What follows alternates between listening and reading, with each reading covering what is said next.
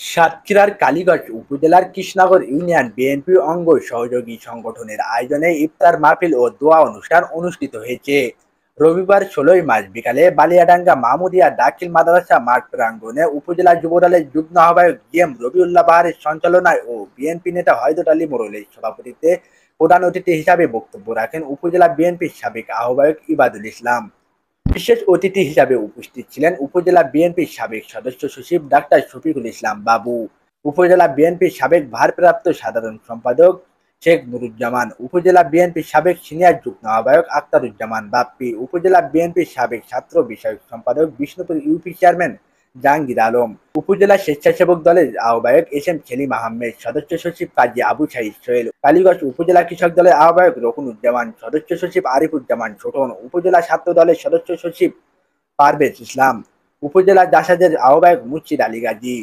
Bishnupur union বিএনপির সাবেক যুগ্ম আহ্বায়ক হাফিজুর রহমান শিমুল, কৃষ্ণনগর ইউনিয়ন বিএনপির নেতা আল মাহমুদ ছোট্টু, আব্দুল আজিজ গায়েন, আল মাহমুদ, জিএম আফজাল হোসেন, যুব দলের আহ্বায়ক আমিনুর রহমান, সদস্য সচিব হাফিজুর রহমান, স্বেচ্ছাসেবক দলের আহ্বায়ক শেখ আরাফাতুর রহমান প্রমুখ।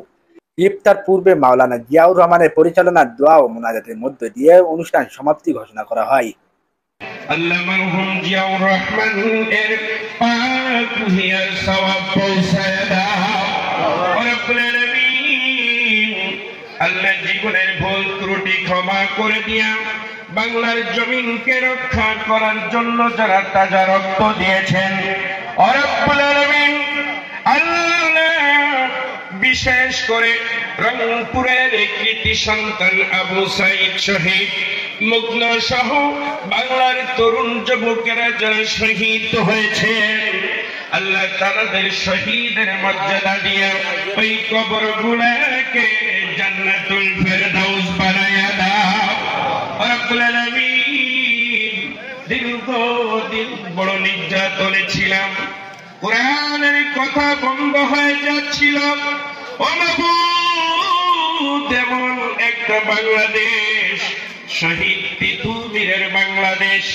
শাহজালালের বাংলাদেশ, খান বাহাদুর আহসানুল্লাহর বাংলাদেশকে বিভিন্ন দেশ থেকে ষড়যন্ত্র হয়,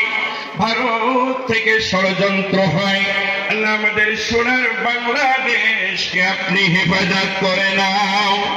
রব্বুল আলামিন। এই বাংলাদেশে যদি একটা সুন্দর নির্বাচিত হয়, আল্লাহ যাদের পছন্দ হয় তাদেরকে ক্ষমতায় বসাইয়া জীবনের গুনাহ মাফ করে দিয়া আল্লাহ আমাদের জীবনের শেষ কথা বলে দিয়ে লা ইলাহা ইল্লাল্লাহু মুহাম্মাদুর